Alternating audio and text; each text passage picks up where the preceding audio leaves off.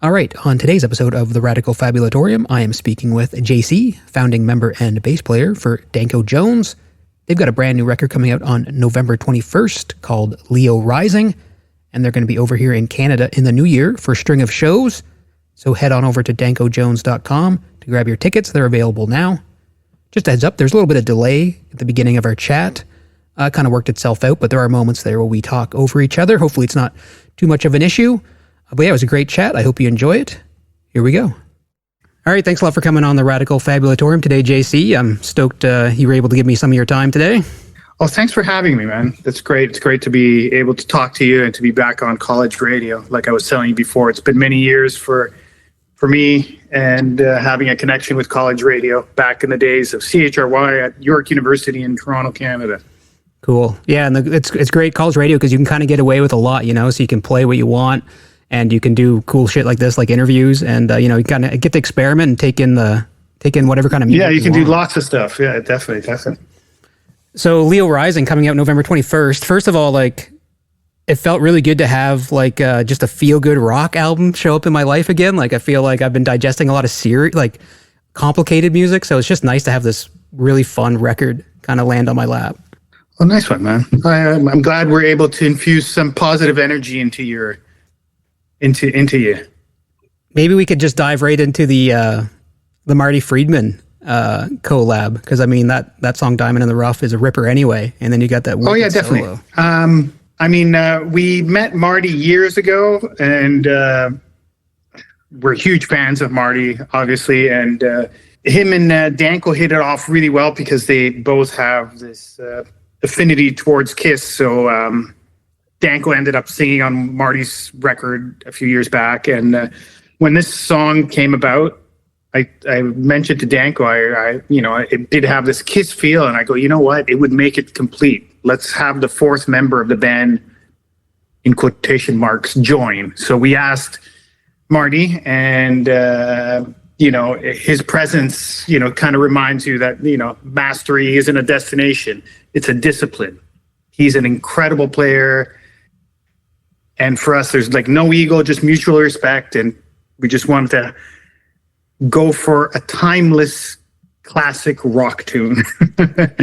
And, everything Marty plays is so distinguishable. Every note has a purpose and you just know that it's him playing. So I couldn't be happier to have him involved and to be able to just tell my friends I'm on a song with Marty Friedman. It's just mind blowing. So it's fantastic to have him there. Yeah, and then the video that accompanies it is like it's just a fun, great video too. Kind of the Kiss cover band. Yeah. It was so originally I had like I mentioned, Danko and Marty are big fans. So I kind of thought I threw out the idea to the guys. I go, wouldn't it be funny if we all dressed up as Kiss and we get Marty in the video? And he dresses up and we all become Kiss. And then I'm like, wait a minute, Marty's tour schedule doesn't work with our tour schedule. Okay, let's get a Kiss cover band. And we're like, it worked out great. And it's a tip of the hat of an homage to Kiss and nothing but respect in all aspects of delivery of this video. And it's intended, like going back to what you said at the beginning, it just wants to leave a smile on your face and it's a feel-good video. Yeah, I agree. Yeah, that's my favorite part about, as I've been spinning the record, is just the fun vibe in it. Maybe we could focus in on too, and like track 3, "Every Day is Saturday Night." Such a great title, and the chorus is so fun, and like I guess you call it maybe anthemic or something like that. It gets like caught in your head, just sticks with you pretty much. So definitely, it is stadium anthem for sure, and. It's also something that, comes about from being in a band for touring for so many years. You end up playing a gig on a Tuesday and you end up playing on a Thursday and everything just is Saturday night. So, because, you're just delivering a high intensity. And it's something that everybody kind of says in a way that, every day is Saturday night when you're kind of giving into going the extra mile, so to say. So it's definitely a fun title and a fun one to play. And, so far, as your reaction stated, the response to the tune has been positive and one of it being a memorable one. Indeed. Awesome. Yeah, I'm not to dissect it too much, but just the fact that, like, my instinct would be to say every night is Saturday night, but the fact that the title or and the line in the song is every day is just like just golden. Yeah, it's fun. We took it that extra distance. Well, it's nice. It gives me that sense of humor vibe, which I just love, like, across the whole record. That little sense of humor. You caught it right on. You caught it, man. You caught it. So it's that's it. And again, if we can make people forget about their daily grind during the day, and they can have fun while listening to our song, and come out with it, and just knowing that it's a positive, fun thing, then it's we've done our job. So I think that tune really captures that essence of playfulness and in it. Yeah, I definitely. With it still being a great rock tune. Absolutely. Yeah. It kind of threads the needle, like it's a nice, which is I'm excited about. So I also find it interesting, like you guys are having your release show is it in Sweden? Well, in Stockholm, yeah. Stockholm. So like I noticed you play, like you do some sold out shows in Europe, and like you've had some charting songs over there, right? But I feel like a lot of my listeners might be surprised to know that Danko Jones is quite active in Europe. I mean, you tour Canada too, here and there, but I just always found that kind of interesting to learn. Yeah, we basically left Canada and started touring in Europe and kind of carved a niche for ourselves over the last 30 years. And we've been lucky enough to have this career span this long. And, we've had a lot of great success in the Nordic countries, and Germany in particular, and in Benelux as well. So we've been, active in the summer festival circuit in Europe. So it's been a very rewarding and positive experience for us being there. And, always coming back to Canada is great, but, we do lesser shows, but still we're always happy to come back. You're on the East Coast, right? Yeah, I'm in New Brunswick.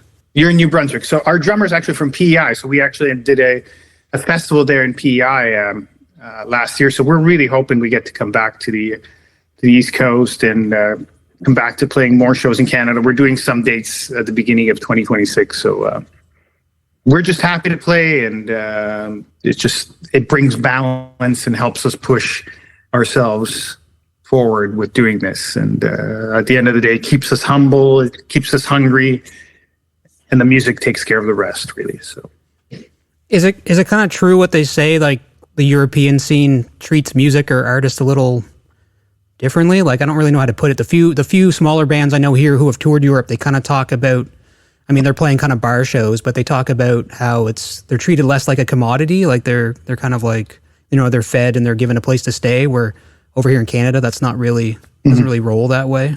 Yeah, I mean, I could just, I can't speak on other people's experiences, but I could say that, the population of Germany alone is, I think, was it 3 times that of Canada. So you figure, it's also a question of having so many people in Europe and having more venues and places to play. And so there's a bigger market, so to say. So, but yes, there is an older festival tradition in Europe. And, we're very fortunate on our end to be touring and to have great treatment. Everything works. Like, I'm happy when all the PA's working, everything's working, and you get to play a proper show. That's really, if we can't get those basics together, then, it's something to strive for. So I don't want to knock on anybody, but because everyone's intent is good towards the music. It's just sometimes there's more support. Like in the Netherlands, there's a lot of support that comes from the government to help establish these high-class venues. Like in Tilburg, there's a venue called the O13, and it's a wonderful venue. Every year they have different festivals in there, and and not only that the government helps it, but it's also has people interested in audio and in engineering that want to work within the live music scene. They get to do like work placements in these places. So it's kind of a full circle effect. Something that maybe we haven't seen that in Canada, but would be a smart thing to kind of further within the Canadian system. And that could possibly help as well with, nurturing a future of more welcoming venues. Yeah, it's true. It's and I mean it's kind of cliche, but it is also true. A numbers game. You mentioned the population over there, and driving across Canada for gigs. Yeah, is obviously a huge event, like a huge something to take on. Yeah, when you drive, like I can say from Toronto to Thunder Bay, and that's like 16 hours or something. So that's you kind of. You figure you can throw Italy 3 times in the province of Ontario, the size of the country. So, one night we're in Amsterdam, the next night we're in London, and it's a 3-hour drive. So go, and the population is, you're talking about playing 14 million, and bigger than 3 or 4 provinces in Canada. So it is a numbers game. Yeah. Yeah, just the way it is. Well, maybe we can. I was kind of not to get too. Well, I don't mind nerding out, but not to get too nerdy. Is like the track "Hot Fox." It's like Hot Fox. Yeah, I noticed there's like kind of like finger noise, and like the bass guitar is extra dirty. Like you can kind of hear Danko's, fingers on the strings, where it doesn't sound like that on the rest of the tunes. Is there like a purpose behind that, or? I think it's just it's a bit of it has a slower tempo, so it has a bit more grit and dirtiness to it. So it's kind of, I don't know if it's purposeful, but it is kind of how it's played. So it has that gnarliness to it, and Okay. And I think it kind of blends well with the tune and the vibe. So it kind of captures that feeling that we were going for that tune. Yeah, because it's kind of a heavier riff, so it's kind of nice that it, it kind of like has that dragging sound in between the chords. I don't know, just stuck it to me. Yeah, definitely. Do you maybe? I also find it interesting. Usually, what I'll do sometimes is throw on the first track and then the last track of an album, just because I kind of find the sequencing game kind of interesting. Is it you who do you sequence the albums? I sequence all the albums. Yeah. Okay. And I sequence the albums, and again, I can nerd out with you because you're in college radio. I grew up listening to vinyl, so I grew up with a side A and a side B, and I make it a point that whenever I listen to, I don't think of CDs, so I think of it like that. So this is the side A and this is side B. So that's how it is. And I think, I'm totally drawing a blank now, but I think Hot Fox is the side on side B, right? Yeah. Hot Fox would start side B, so that's cool. So it has a whole vibe, so that's kind of how it goes. Yeah. Okay. Yeah. Okay, I get it. So I understand. Yeah, because a lot of times the side B on a vinyl record does kind of like if a band was going to go into a different direction. Not that this record does that, but if a band was going to try something different or kind of like flip the switch, it was going to be on the beginning of side B. Side B, yeah. So it just kind of gives you that. I'm pretty sure that's how I went with it, but yeah. Could we, just because there's probably some folks who don't really know what sequencing even really means, could you like just explain the thought process behind that when you're putting that together? So and I am correct. It is Hot Fox that starts side B. So basically, when I'm putting the album together, I want to load the top end of the album. So sorry, my dog is excited. So it starts off with what you need, and Diamond in the Rough. So it starts off with the big hits. And it just kind of has that. And then the side B is just, you still want to keep the listener's attention. So you kind of want to take them through a sequence of songs that would be engaging and whatnot. So I don't know if I've explained it enough, but it's, when I was a kid, you'd have to get up and flip this piece of vinyl around to listen to another side and to listen to what would be 5 or 6 more songs. So that's how it worked out. I even find the few records I put together myself, like the gap even between the songs can be important, right? Like how quickly this is maybe getting a little too nerdy, but how quickly it goes. It could be quickly, yeah. It could be definite, like where you want to have some extra space and stuff, but that all depends on the songs because we don't have too many fade outs or fade ins, and so it could end pretty quick. So you just really want to keep those quite tight and stuff. And do you have to explain those kind of like gaps to the mastering engineer, or like how does that? No, we have a great relationship now with Harry, who's been doing our stuff, and he's worked on so many records. So we kind of there's never any she's trying to answer. Okay. Yeah, he's kind of got the flow of what you're after. Yeah, that's it. But usually I start with all the first songs that we start the records with end up being the first songs that we start the tours to support the record. So that's usually been the case. So that's what I'm thinking of at the back of my head is like, okay, this is going to be the stop of the start of the song. Is this going to work as a live setting? Because you kind of, we're doing so many tours, and that's also a thought process behind that. Okay, so you like the live show to kind of deliver the sequence of the record, or maybe the top half of the record is what's going to be performed live? To a certain extent, not to the nth degree, but just, it's always a kind of a nice little nod to kind of be able to start the new tour supporting the new album with, a nod to either the first and second song of the new record. So it kind of has that sort of tie-in altogether for the period of release, so to say. Okay. Do you find this is the 12th Danko record, I believe, if I'm not mistaken. So when you're working on your set list, do you pretty much hit all the singles, or do you change it up each night, kind of throwing in I would call it a curveball song, or how do you? We change it up each night. Okay. Yeah. We definitely change it up each night because it's more. It's definitely more interesting for us to switch it up and play new tunes and stuff. And for example, in Germany, when we play there, we do have some fans that do tend to come to every night.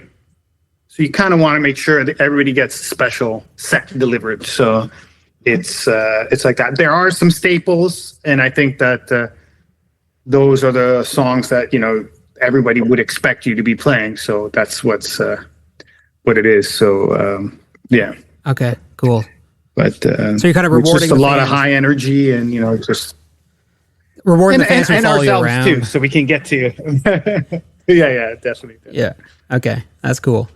Yeah. Okay. I'm a bass player first, so when I think of Danko, I always come back to the Lover Call, just because that's got such a sick bass line in it. Oh, thanks, man.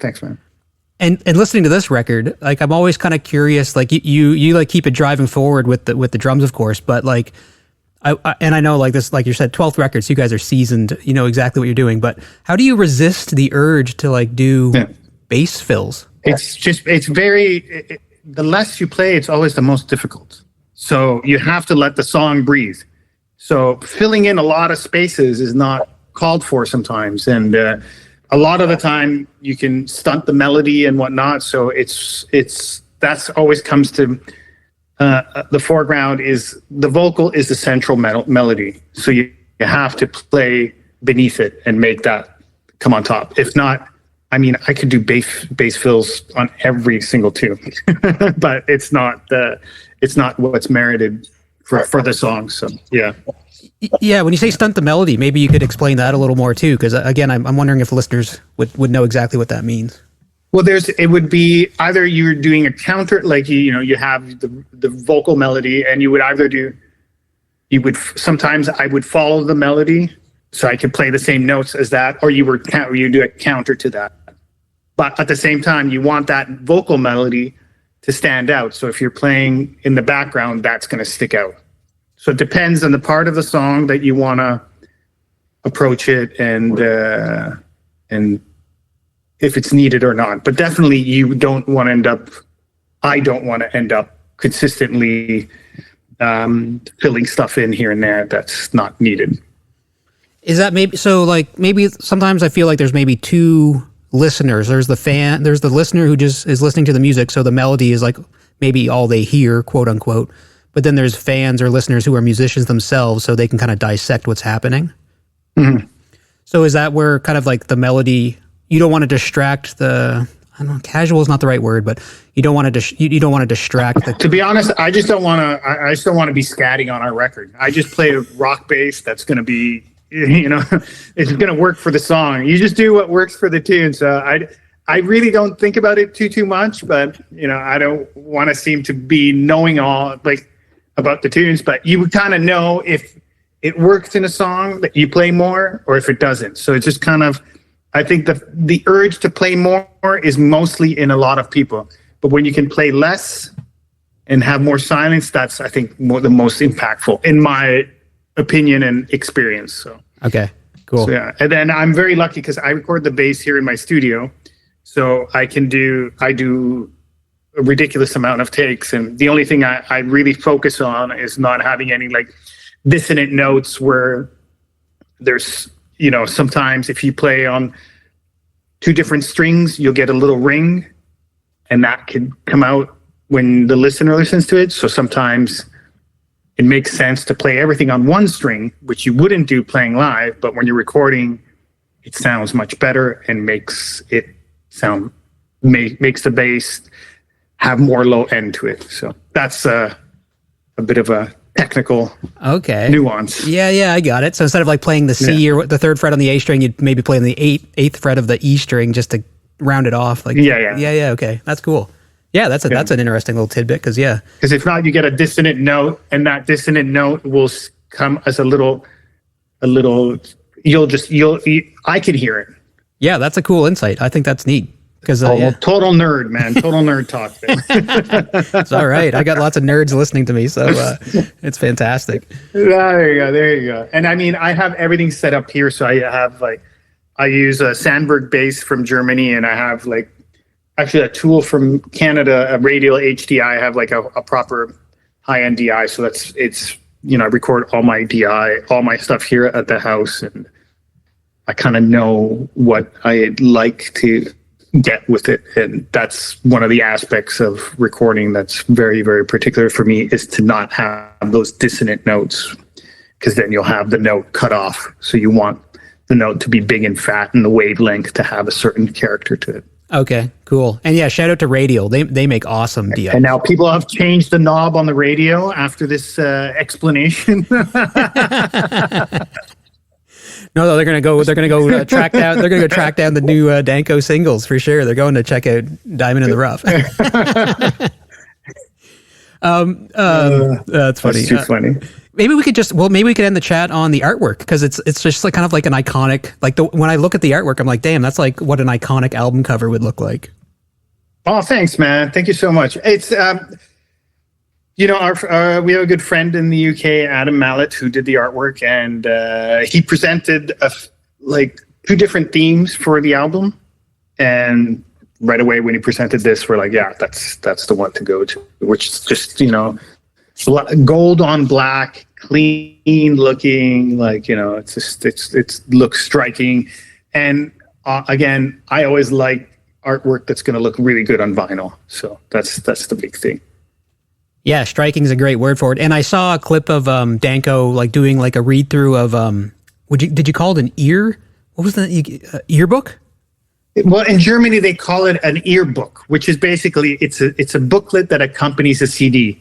It's a German word that has no real translation, but so he just writes this booklet that comes with the CD at the end, and he just gives a write up on all the tunes and whatnot, and it's really fun for the listener and for everybody involved. Yeah, for sure, because it gives the artwork the same size, or it looked like the same size as a vinyl, because that's one of the things people say about vinyl versus CDs is the artwork gets shrunk down so much. But yeah, the artwork shrunk down. I mean, now we have to, when you do artwork, you have to make it sure that it comes on a small little avatar, right? That's a thumb size, and then that it's striking there, but it also has to be striking on a bigger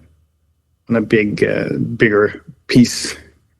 And we're very lucky. We've been working with some great, talented graphic designers, so they've all done an incredible job, from Adam Mallet to Mander and everybody that we worked with. Very cool. Well, yeah, thanks a lot, JC. I really appreciate the chat. Hopefully we'll make it out to the East Coast. It'd be great to come back to New Brunswick sometime soon. So. Yeah, we'd love to have you. And you guys, I know you're in Canada in the new year, so everyone can go check out the tickets. They're available now. But yeah, can't wait to, we hopefully get you out here. Thanks a lot. All right. It was nice chatting with you. All the best, man. Yeah, it was nice chatting with you. Good luck with the recording and the bass playing. Yeah. Sorry about the delay, but that's just how she goes sometimes. But No worries. I hope you got everything that you needed, and that's great, man. All right, and that was JC from Danko Jones. New record out November 21st called Leo Rising. They're going to be over here in the new year, 2026, for a bunch of shows in Canada. Otherwise, they're touring all across Europe. So yeah, jump on over to dankojones.com, grab your tickets, pre-order the record. Thanks for listening.